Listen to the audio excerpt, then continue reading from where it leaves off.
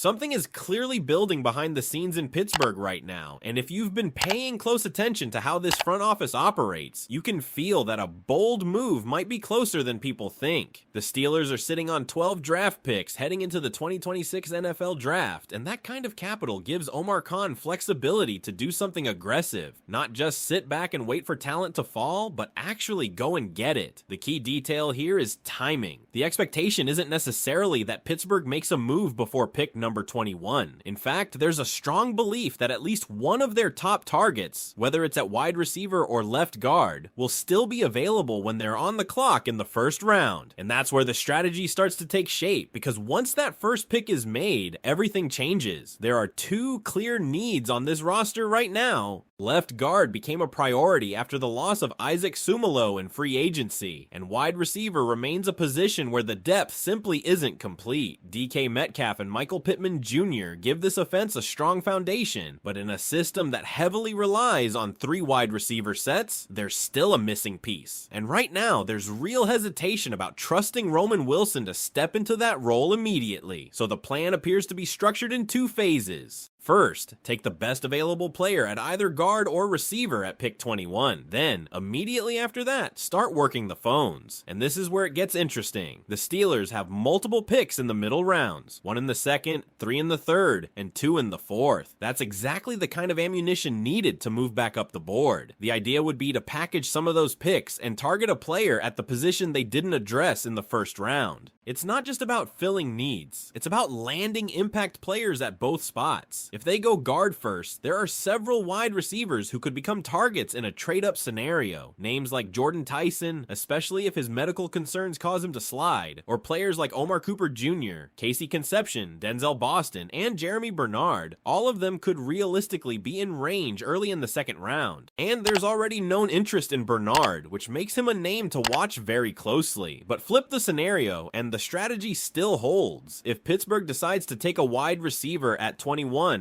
then the focus shifts to finding that left guard. And there's a group of prospects who could justify trading up for. Emmanuel Pregnon stands out as someone who isn't far off from the very top of the class at the position. Then you have players like Chase Basantis, Kalen Rutledge, and even Jennings Dunker, a tackle out of Iowa who projects extremely well as a guard and could be a perfect fit in this offense. And here's something else you can't ignore: Omar Khan's tendencies. Since becoming general manager, he's shown a clear preference for building through the trenches. His first 3 first-round picks have all been linemen, 2 offensive tackles, and a defensive tackle. That pattern matters. It tells you how this front office values roster construction, especially when there's a clear need like there is now at left guard. So if a top-tier offensive lineman like Spencer Fano or Venj Iwane is still available at 21, it would not be surprising at all if that's the direction they go. In fact, there's a strong case to be made that guard could be the priority simply because it's harder to find elite talent at that position later in the draft, while wide receiver offers a bit more flexibility in terms of trading up. At the same time, this isn't a locked decision. There's still a real possibility that Pittsburgh values the receiver position more in this specific class and chooses to address that first, then circle back to guard on day 2. Both paths are very much in play, and that uncertainty is exactly what makes this situation so intriguing.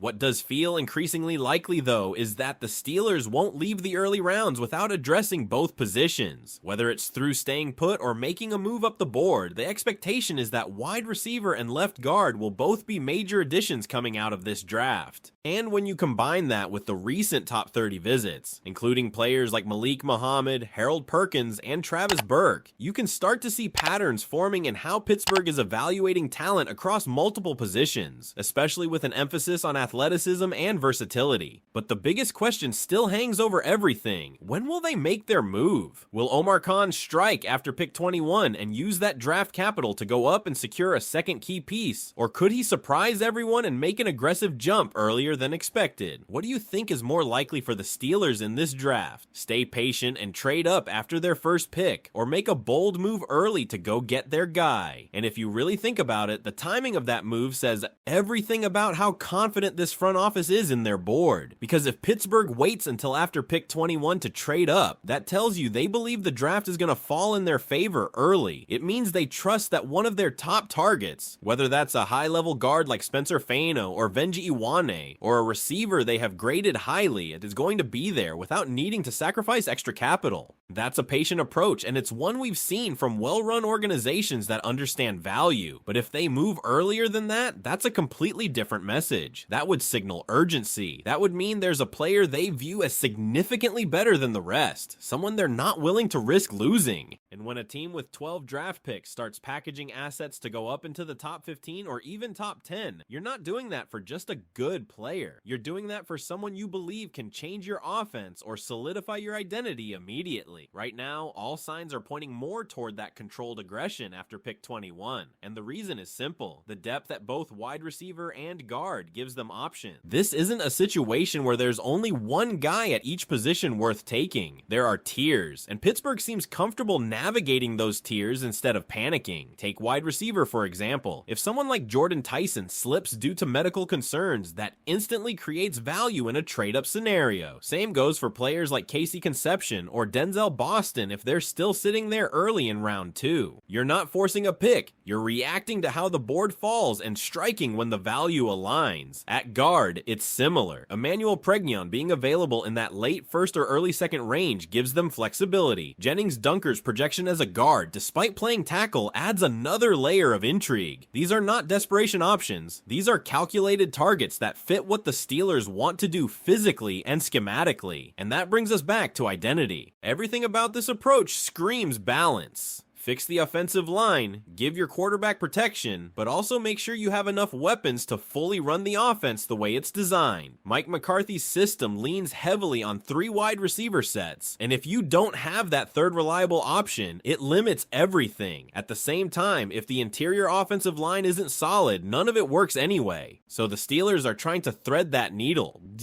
and they might be in the perfect position to do it. Another layer to this that shouldn't be overlooked is how they've handled their pre-draft visits. They haven't brought in some of the biggest names they've been linked to, like Omar Cooper Jr., Jordan Tyson, or even Venji Iwane, and historically that doesn't necessarily mean lack of interest. In some cases, it actually suggests the opposite, that they already have enough information and feel comfortable with those evaluations. Instead, they've used visits on players who fit specific roles or developmental profiles, like Malik Muhammad at cornerback or Harold Perkins at linebacker. And with Perkins in particular, there's a noticeable trend. Undersized linebackers with strong athletic traits and coverage ability. That's not random, that's a prototype. You can start to envision how that fits into the defense. A hybrid role, someone who can move around, cover space, and bring flexibility in sub-packages. It's not likely to be an early round priority, but it shows how detailed this front office is being with the overall roster construction. Everything connects back to the bigger picture. The Steelers aren't just drafting for immediate needs. They're building layers, depth, and versatility across the roster. But make no mistake, the early rounds of this draft are going to define how far this team can go in 2026. Hitting on both a starting caliber guard and a legitimate third wide receiver could completely change the ceiling of this offense. And with the amount of draft capital they have, they don't have to sit back and hope. They can dictate how this plays out. So now it really comes down to execution, reading the board correctly, knowing when to be aggressive and when to stay patient, and trusting that the plan they've built over the past several months is the right one. If they get this right, you're looking at a roster that's not just improved, but one that's far more complete and dangerous on both sides of the ball. Now I want to hear from you.